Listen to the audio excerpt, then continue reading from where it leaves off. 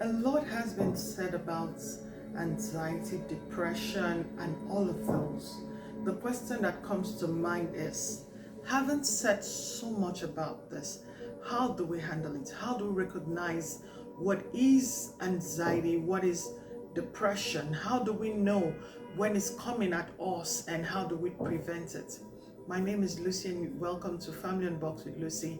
If you're discovering this video in this channel for the first time, please like and leave me a comment, turn on your notification bell, subscribe on this channel. It will be a good platform to learn and journey through life. And for those of you that are already a part of this platform, I am so excited and enthused about the things that is happening in this community. You want to equally follow me on Facebook, Lucy Agba. Actually, on Facebook, I do a daily broadcast where I drop my thoughts, and it's been a beautiful conversation in the past recordings, and I think it's a platform we can learn a couple of things every day, Monday to Friday.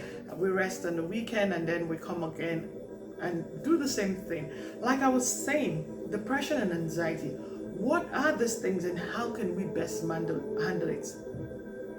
Depression and anxiety are mental health issues, and health is the total well-being of anybody. Everybody who has a totality of well-being, be you in your mind, in your body, in your spirit, you are considered healthy. Now, if you're being challenged in one part of your wellness, either in your mind, in your body, or in your spirit, and you're unwell.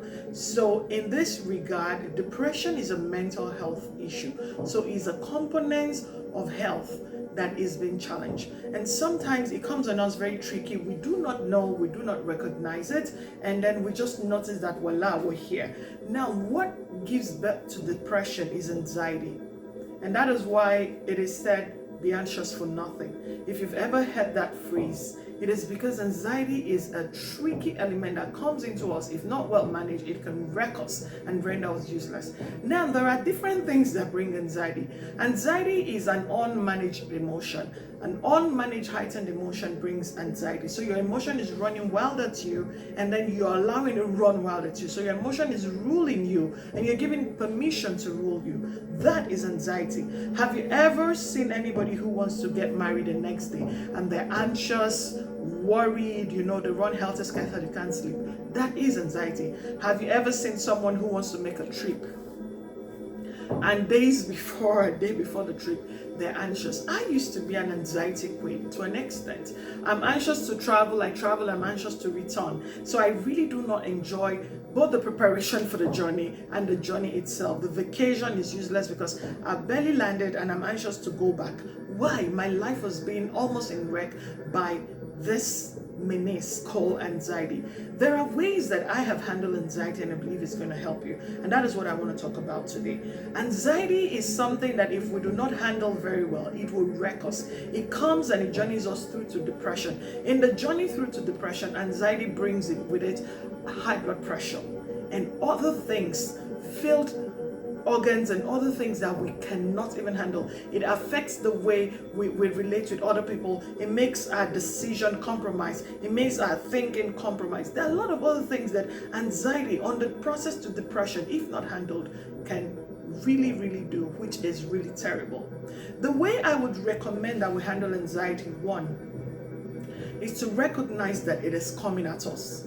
Sometimes we do not know what it is, and that is why I'm telling you. So you're expecting a baby, and you are anxious about the baby. You are anxious about this thing. Your emotions are running wild. That is anxiety.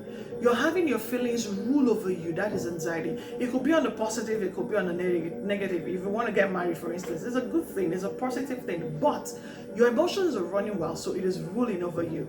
If, for instance, it's a negative anxiety, and understand, some of us are worried for our jobs, we're worried for our finances, we're worried for our children, we're worried for different things. All of them are valid. But how valid can anything be when it wrecks you and it makes you incapacitated? How valid can that be? The best way to keep everything where they belong is to leave them where they belong. Keep things outside. Do not allow the things on the outside to come and wreck you on the inside. Because when they do, you will not have the wherewithal to handle those things that you were concerned about. The way I have been able to handle anxiety when they come at me is breath control. And these days, I do not wait for things to come at me. I consistently live a life of focus and making sure that my breath is a primary place of monitoring. When you notice that you're anxious, let me give you one trick. Close your eyes, roll your eyebrow up, and you find out that your breath will follow your eyebrow up. Your eyeballs, sorry, not your eyebrow. Roll your eyeballs up. Your breath will rise with your eyeballs. So stay me there for a couple of seconds and then descend your eyeballs, roll your eyeballs down. Your breath will come down in the same level of your eyeballs. I do not know how life has connected these nerves together. I don't know, but it's one thing that I have discovered and it has worked for me. Every day I make out time, at least 5 minutes, to be by myself. It is a hug me time, it is a Lucy time, it's a me time, and sometimes it's 10. The minimum of 5 is good to start with. You be there and you monitor your breath. When you notice that wrong emotions are coming at you, instead of paying attention to those emotions, invalidate them by paying attention to your breath.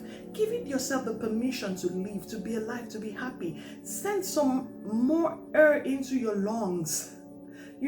Give your lungs the permission to expand and to contrast, to expand and to contrast. That way you notice how it works, I don't know, but the pressure of the emotion dissipates, and then you're strong enough to go through that process. You come out better. 5 minutes is not too much of a time. Try it. I have learned to try without waiting for when pressure comes. I do it now for the good that it brings to my body and to my life, and it has worked for me. So you close your eyes. I believe in closing my eyes. I close my eyes. You close your eyes and you roll your eyeballs up, your breath. It's a breathing thing. You breathe in, you sustain that, and you bring it down and you breathe out. It's such a beautiful practice, and I know it will help you. I do it a minimum of 5 minutes a day. You can do more as much as you want, and you can do 5 morning, 5 afternoon, 5 evening. It's a good practice that has helped me calm me when my emotions are trying to be funny. And now I don't wait for my emotions to try anything. I just go ahead and do what I have to do because it's a rewarding practice. Another thing that will help you handle your anxiety and not move to depression is be kind to yourself. Accept your abilities and inabilities. If this is what you can do, accept it. Don't try to be like another person.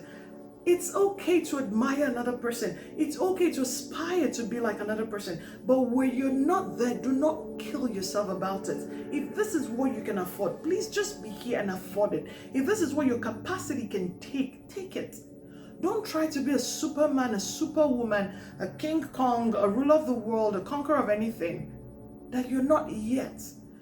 Do I believe in working yourself to that point? Yes.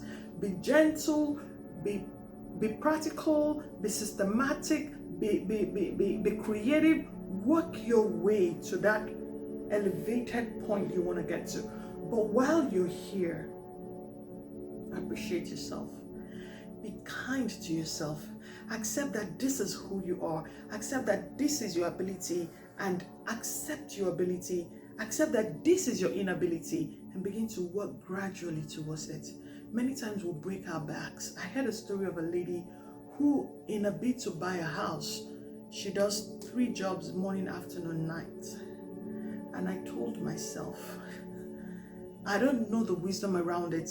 I appreciate her. I heard she finally did bought the house. It's amazing. I'm probably ranting because I haven't bought one. But you do 3 jobs. You bought a house. You're not living in the house. What is the essence?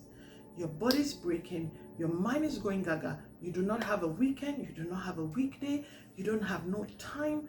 Probably the night shift is the time where you probably rest a bit, and it depends on the kind of job you're doing. What is the essence? Do I want to buy a house? I will buy a house. How? Don't ask me. But when I do, I'll share the testimony. I'll let you guys know, hey, I finally bought a house. But I'm not going to break me to buy the house. It's fair enough if you break you to buy a house, but it's worse enough if you break you to sustain, to pay the house, mortgage and all that. It's not worth it. So those are things that brings anxiety. Another thing is evaluate your reality. Evaluate your reality. Look at things in a realistic point of view. Do not overestimate things. Evaluate your reality and be gracious, be thankful for that reality. If your reality is a 1 meal a day, be gracious for it, be thankful for it. If your reality is 3 meals a day, be thankful. If your reality is a vacation in the Bahamas, oh my gosh, when you're going, let me know, I'll jump home with you. If your reality is stay home and give yourself some sandwiches, be grateful for it. Whatever is your reality, be grateful for it. Can you be grateful for who you are? Can you accept you for who you are? Can we stop comparing ourselves with other people? Can we be gentle with ourselves? Can we stop aiming higher than necessary? Necessary is the word. Aim high, aim the highest. Have 10-year goals, but don't try to achieve the 10-year goals today. Break the goals into smaller chunks. Make them into smaller bits. So when you achieve this bit, it is towards a holistic 10-year goal. Beautiful. But lumping everything together and trying to achieve all together, it's killing. It will kill you.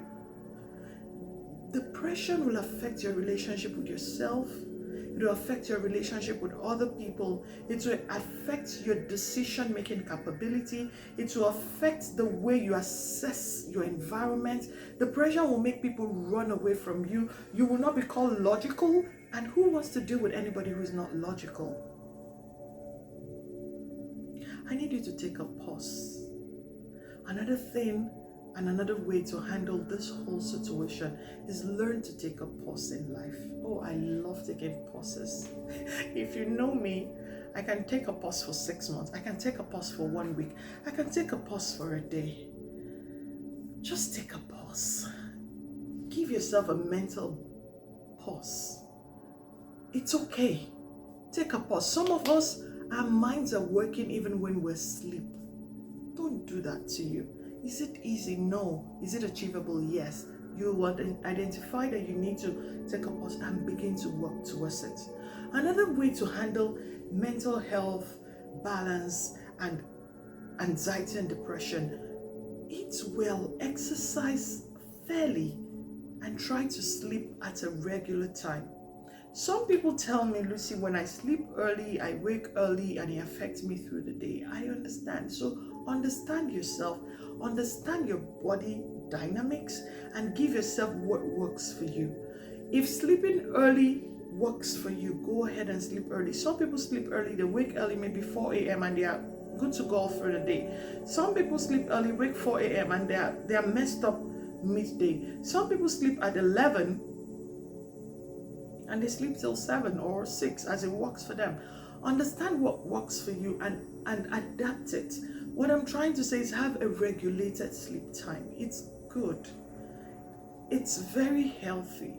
And the older we get, honestly, I know life can be pressing, but the more regulated we need to be about certain things, our meals, our rest time, our schedules, the more regulated we need to be. It is imperative and very, very important that we take this seriously. I hear a lot of things. I hear a lot of talk about mental health, and sometimes it breaks my heart. What can we do? The realities are with us, so what do? We manage them. I believe you can manage this reality, and that is why I'm talking about it. I believe we can handle it. A wrap up of this conversation will be: manage your breath.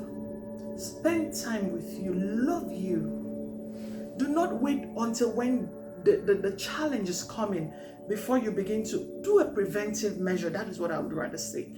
Give yourself a preventive measure. So learn to spend 5-10 minutes closing and rolling your eyeballs up. So you breathe in that way, sustain, and then you bring down your eyeballs and you breathe out that way.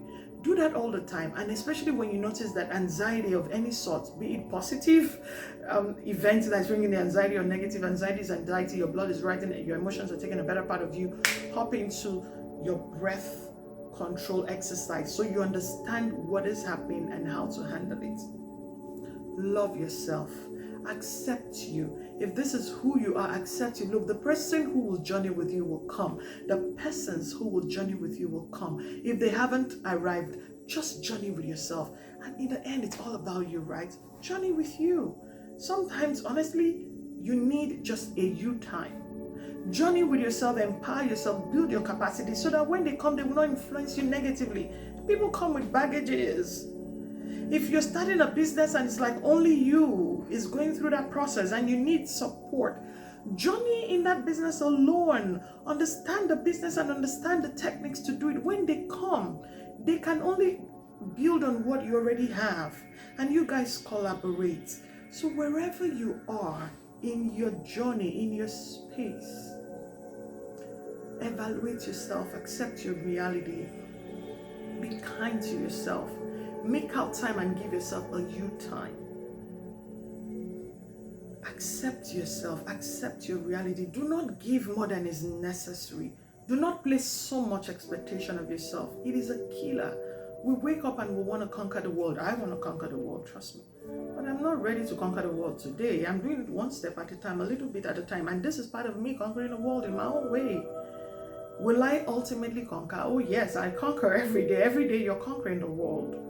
But if you want to conquer in one day everything, then it's going to break you. And then when you feel broken, you judge yourself, you criticize yourself, you do not reward yourself for the little wins. You become very, very negative. It affects your blood pressure. You become an unhappy, irrational person. Nobody wants to hang around you. And then you're depressed.